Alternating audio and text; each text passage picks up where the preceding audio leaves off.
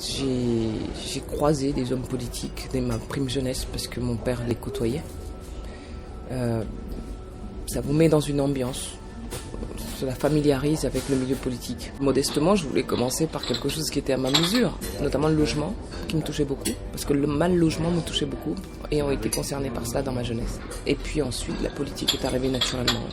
Je déclare officiellement ouvert le procès Matahari.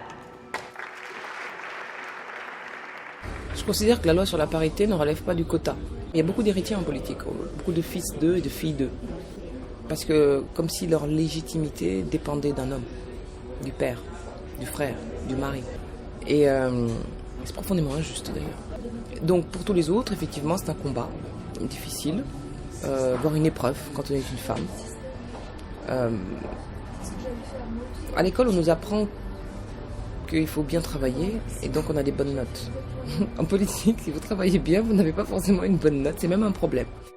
Dans l'affaire Baupin, c'est l'impunité des puissants. Mais ces témoignages à visage découvert de 8 femmes députées et salariées, c'est fort. Je suis hostile à la discrimination positive parce que je pense que c'est un stigmate qui ne rend pas service à ses bénéficiaires. Si demain M. Sadi Khan échoue, ils le licencieront et de la même manière.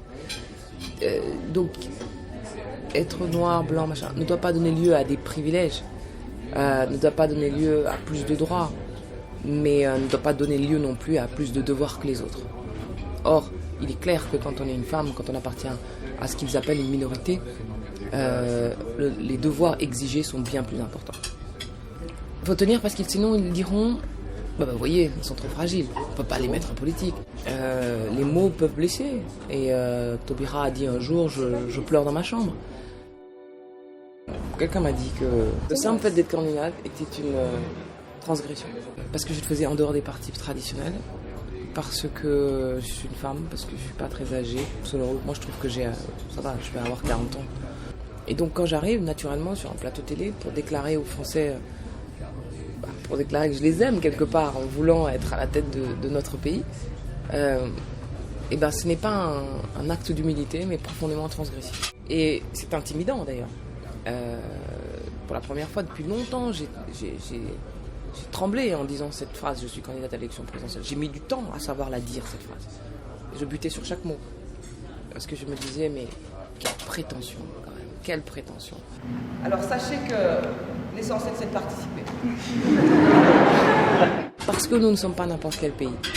Et en même temps, parce que j'ai de l'ambition pour ce pays, je suis animée par la volonté de servir. Et c'est bien la raison pour laquelle je me présente à la présidence de la République française.